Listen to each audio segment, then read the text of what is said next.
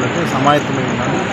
అందులో భాగంగానే ఈరోజు రేపు ఇక్కడ దాదాపు 2 లక్షల క్యూసెక్స్ వాటర్ వచ్చే అవకాశం ఉన్నందువల్ల ఈరోజు నుంచే మనం ప్రివెంటివ్ మెజర్స్ భారీగా తీసుకుంటున్నాం. ముఖ్యంగా పోలీస్ శాఖ నుంచి ఎస్డీఆర్ఎఫ్ సిబ్బంది, అదేవిధంగా ఏపీఎస్పీ దాదాపు 100 మెంబర్స్ రాబోతున్నారు. ప్రతి గ్రామంలో ఈ మున్నేరు నదీ పరివాహక ప్రాంతంలో 40 గ్రామాలు ఉన్నాయి. 40 గ్రామాల్లో కూడా ప్రతి గ్రామంలో పోలీస్ సిబ్బంది ఉండడం, అదేవిధంగా వైపున కమ్యూనికేషన్ కావచ్చు, మరి వైపున ప్రజల్ని అవగాహన కల్పించే భాగంలో వెల్లర్స్ ద్వారా కొంత వారికి అవగాహన కల్పించడం, అదేవిధంగా లైటింగు, అదేవిధంగా ఇటువంటి సందర్భంలో కూడా ఈ నది వైపుకి మూమెంట్ ప్రజలు ఇటు వెళ్లకుండా, ఎందుకంటే ప్రాణం అనేది ఎటువంటి పరిస్థితుల్లో ప్రాణ నష్టం అనేది జరగకూడదు, అదేవిధంగా ఆస్తి నష్టం జరగకూడదు.